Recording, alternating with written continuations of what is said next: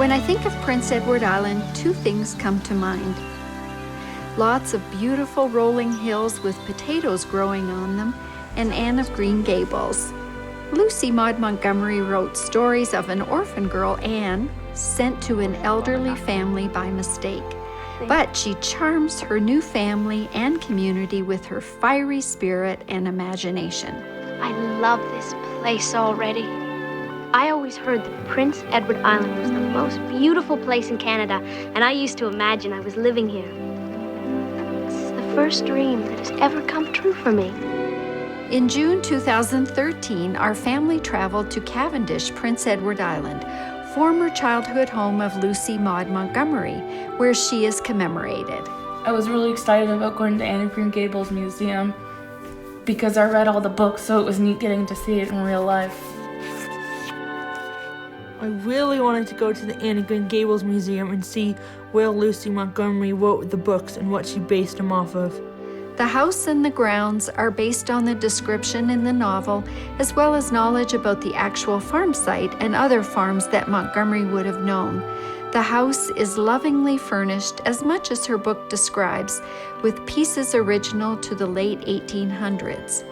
But for us, as we walked through the old house, we related more to it through what we remembered from the Sullivan movie interpretation of the story. I need a dress with puffed sleeves. Puffed sleeves? For Anne. Oh, land's sakes, Mr. Cuthbert, why didn't you say so in the first place? Oh, it's so beautiful! Marilla, look at the puffs. They're ridiculous. You'll have to turn sideways to get through the doors.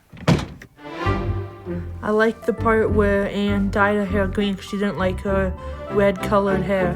What do you mean by breaking your slate over some boy's head? He called me carrots. I don't care what he called you. You have no reason to lose your temper. What have you done to your hair?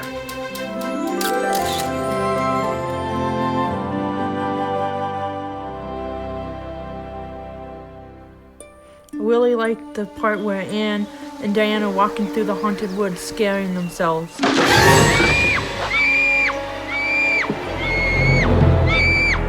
it, Diana!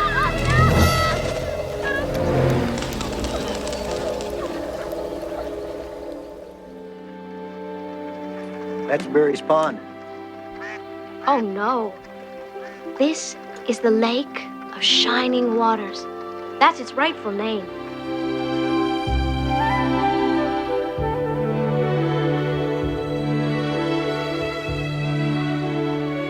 Green Gables. Yonder.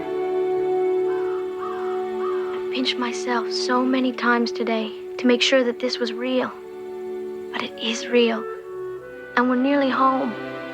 This is the original house built in PEI in the mid-1800s.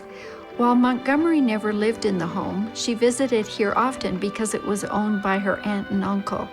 This old farm and property was her inspiration for many of the locations and buildings found in her story.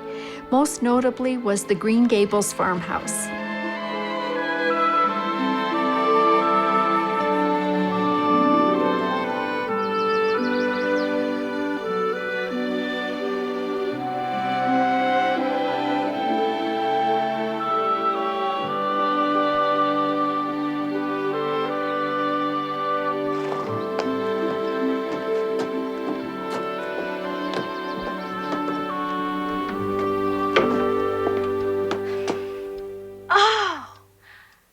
Raspberry cordial, right?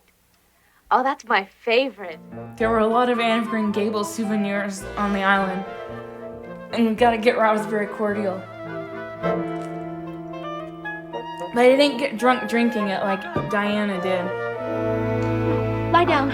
You'll feel better. Now tell me, where does it hurt? Oh, I gotta go home. We all thoroughly enjoyed our time in Cavendish and visiting this historic site. We would love to go back and visit it again. Well, Spencer made a lucky mistake, I guess. It wasn't luck, it was providence. He knew we needed her. Even with her queer little ways. I loved her for them.